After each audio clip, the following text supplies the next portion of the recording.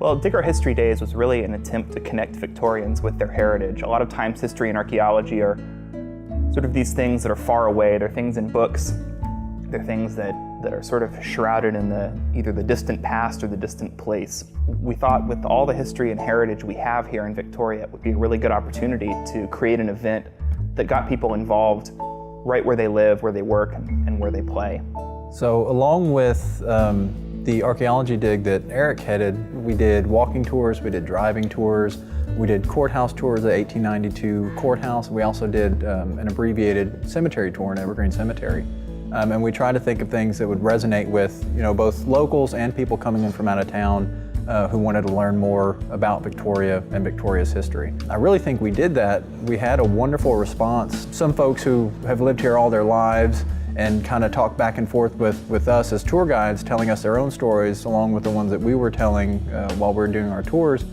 We also had a lot of folks who have lived here all their lives who said, I never knew any of that, I never really came down here until now. So we got a really good response from both people who knew the area, those who didn't know the area, and we had a lot of younger folks who came in, both categories as well. So that was a really good thing. So I think we gave people a little bit of everything. Every activity that people do is reflected in the ground in some way. We drop things, we change the ground, we build things. Those pieces of evidence, they all stick around. They get buried over time by the natural forces and by human forces. For instance, De Leon Plaza was built up in the 30s and 40s with big piles of dirt to make it more level and uniform. So we had a suspicion that all of the activities that people were doing in the park over the last almost 200 years would still be there in some way. The question was how to find them. And that can be kind of a challenging prospect, especially if the ground is hard. We picked a spot that we thought had the highest likelihood of having a lot of activity. So it was a spot near the old bandstand that was also kind of near the new bandstand, which is where the water tower was and the well and the windmill back in the 19th century. Well, we didn't find crystal clear evidence, a water bottle from, labeled Victoria Bottling Company or something. We did find a lot of things that show a lot of different activities in the park over the last couple hundred years, a lot of pieces of glass and ceramic and plastic and a couple bullet casings, a 19th century stick pin brooch that was really nice. So it shows a lot of different things. These things would have been trashed to the people back then for the most part, although that brooch was probably just lost. But old trash becomes really important knowledge about activities that weren't written about. Included in the Dig Our History Days festivities, we did tours inside the 1892 Victoria County Courthouse. So actually getting to go over to the 1892 courthouse and have a tour guide show you around and show you some of the stuff, the little things that you may miss that are very important was a really interesting thing for a lot of people to see. Myself included, everybody learned something and gained something out of that courthouse tour.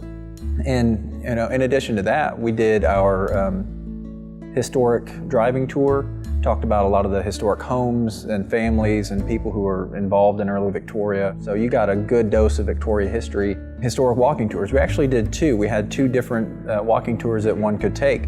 The first one being, it was kind of a snapshot tour of Victoria in 1835, which actually centered on what is now Municipal Square where City Hall is, but back then that was Market Square, and most of the settlement of Victoria was around that one square city block.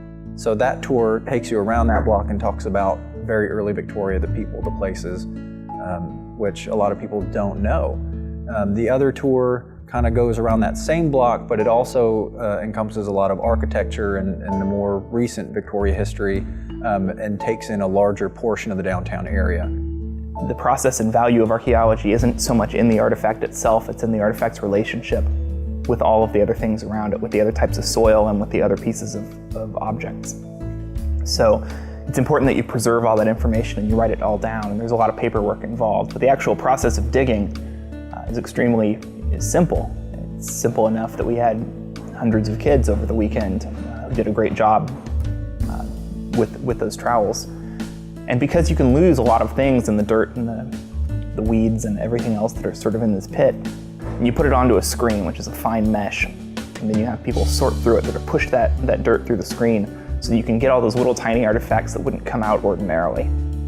Little pieces of glass, little pieces of ceramic, all those things that you just don't see when you're digging in a hole in the ground. So we're still in the process of cleaning up the artifacts and analyzing them. Those are traveling back and forth between Victoria and Kingsville. Our colleague at A&M Kingsville is helping with the analysis. And so as time goes on, we'll have some displays about the things that were found at De Leon Plaza during this project. But we're also wholly renovating the exhibits at the Museum of the Coastal Bend. At the end of November, those will be open. So if you haven't been in a while, or you've been and want to see what we're changing, the museum will look completely different at the end of November, and there'll be more publicity about that as we get a little closer to that date. Well, I'd like to thank everybody who came to Dig Our History Days because we did have a good turnout and we had a wonderful crowd. So thanks to everybody who came down and participated, and I hope you had as good a time as we did putting it on.